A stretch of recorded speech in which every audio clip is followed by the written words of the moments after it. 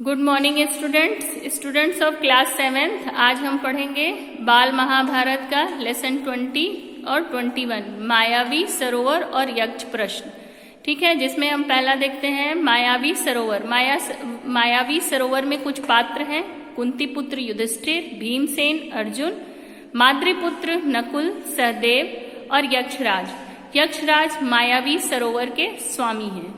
ठीक है, देखते हैं हम कहानी थोड़ी पिछले से। शतरंज में हारने के बाद पांडवों को 12 वर्ष का वनवास और 1 वर्ष का अज्ञातवास मिलता है। 12 वर्ष का वनवास समाप्त होने में कुछ ही दिन बचे थे, तभी पांडव जंगल में काफी दूर तक आ गए थे। युधिष्ठिर को प्यास लगती है और वह नकुल को पानी लाने के लिए भेजते हैं। तब नकुल को एक जलाशय दिखाई देता है। वह सोचते हैं कि पहले अपनी प्यास बुझा लूं, फिर तरकश किसे कहते हैं, जिसमें तीर रखते हैं, उसमें पानी भरकर अपने भाइयों के लिए ले जाऊंगा। वह जैसे ही पानी पीने के लिए आगे बढ़ते हैं, तभी आवाज आती है, माद्रीपुत्र रुक जाओ, यह जलाशय मेरा है, पहले मेरे प्रश्नों के उत्तर दो, फिर तुम पानी पियो। परंतु नकुल ने उनकी बातों पर ध्यान नहीं दिया और पानी पी लिया। पानी पीते ही वह जमीन पर गिर पड़े। जब काफी देर हो गई और नकुल पानी लेकर नहीं लौटे, तब युधिष्ठिर ने सहदेव को भेजा। सहदेव भी उस आवाज की ओर ध्यान न देते हुए पानी पीने लगे। पानी पीते ही वह भी धरती पर गिर पड़े। जब नकुल और सहदेव काफी देर तक नहीं लौटे, तब युधिष्ठिर ने अर्जुन को भेजा कि जाकर देखो कोई दुर्घटना तो नहीं हो गई।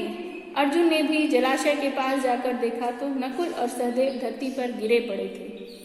फिर भी अर्जुन ने यक्ष की आवाज की ओर ध्यान न देते हुए पानी पी लिया और पानी पीते ही वह भी धरती पर गिर पड़े। उधर भीमसेन और युधिष्ठिर नकुल, सहदेव और अर्जुन की प्रतीक्षा कर रहे थे। जब अर्जुन भी नहीं आए, तब भीमसेन अपने भाइयों की कुशलता देखने गए और वो भी पानी पीते ही धरती पर गिरकर बेहोश हो गए। अब युधिष्ठिर से रहा न गया। अब वह एक पल की प्रतीक्षा भी नहीं कर सकते थे और वह अपने भाइयों की तलाश में निकल पड़े। युधिष्ठिर उसी विषैले तालाब के पास पहुंच गए, जिसका पानी पीकर उनके चारों भाई मृतक पड़े थे। यह दृश्य देखकर वह रो पड़े।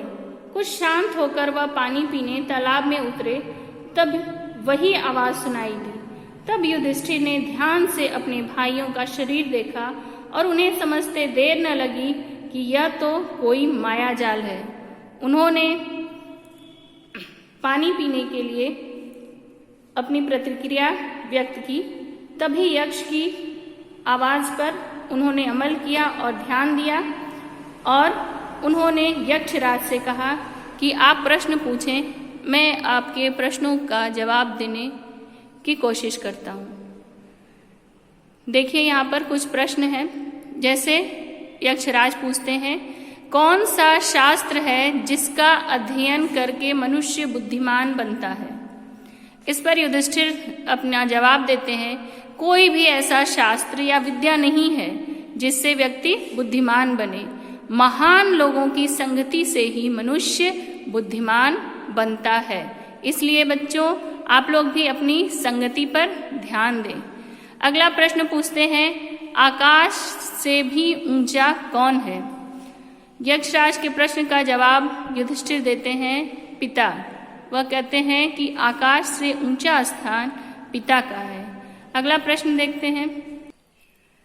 अगला प्रश्न पूछते हैं, हवा से भी तेज चलने वाला कौन है? तो जवाब देते हैं युधिष्ठिर कि मन की गति सबसे तेज होती है। अगला प्रश्न, विदेश जाने वाले का कौन साथी होता है? जब कोई व्यक्ति विदेश जाता है तो उसका साथी विद्या होती है। ठीक है, एजुकेशन जो होता है वह विदेश जाने पर साथ देती है। अगला प्रश्न, किस चीज को गंवाकर मनुष्य धनी बनता है? तो इसका जवाब युधिष्ठिर देते हैं, लालच को। ठीक है, यदि मनुष्य लालच को गंवा दे तो वह धनी बन जाता है। इस प्रकार कई सारे प्रश्न यक्षराज पूछते हैं युधिष्ठिर से और युधिष्ठिर अपनी क्षमता के अनुसार उसका जवाब देते हैं। ठीक है, इस प्रकार यक्षराज युधिष्ठिर के उत्तर से संतुष्ट होते हैं और वह कहते हैं कि मैं तुम्हारे किसी एक भाई को जीवित कर सकता हूँ, बताओ किसे करूँ। युधिष्ठिर कुछ देर सोचने के बाद बोलते हैं कि मेरे छोटे भाई नकुल को आप जीवन प्रदान करें। इस पर यक्षराज ने कहा, तुम 10,000 हाथियों के बल वाले भीमसेन को छोड़कर नकुल को क्यों जीवित करना चाहते हो। तब युधिष्ठिर ने कहा कि मेरे पिताजी की 2 पत्नियां थीं, माता कुंती से मैं अर्जुन भीम और माता माद्री से नकुल और सहदेव। अपनी माँ से मैं जीवित हूँ, मैं चाहता हूँ कि माता माद्री का एक पुत्र नकुल भी जीवित रहे। इस प्रकार का जवाब पाकर यक्षराज अत्यंत प्रसन्न हुए। उन्होंने युधिष्ठिर के चारों भाइयों को जीवन दान दिया तथा अज्ञातवास की सफलता का आशीर्वाद दिया। ठीक है, इस प्रकार से युधिष्ठिर को यक्षराज द्वारा अज्ञातवास की सफलता का आशीर्वाद मिला। उसके बाद अर्जुन को इंद्रदेव ने दिव्यास्त्र प्रदान किया। ठीक है, हनुमान जी द्वारा भीमसेन को आशीर्वाद के रूप में शक्ति प्राप्त हुई। ठीक है, इस प्रकार से 5 भाइयों को अलग अलग देवताओं द्वारा अलग अलग आशीर्वाद प्राप्त हुआ। 12 वर्ष का वनवास समाप्त हुआ और 5 पांडवों ने आपस में बात कर यह निर्णय किया कि वह अपना 1 वर्ष का अज्ञातवास कहाँ पर बिताएंगे, मत्स्य देश के राजा विराट की नगरी में बिताएंगे। ठीक है, तो यहाँ पर हमने मायावी सरोवर और यक्षराज दोनों पाठ के बारे में पढ़ा और इनसे बनने वाले प्रश्न आप तैयार करिए। धन्यवाद।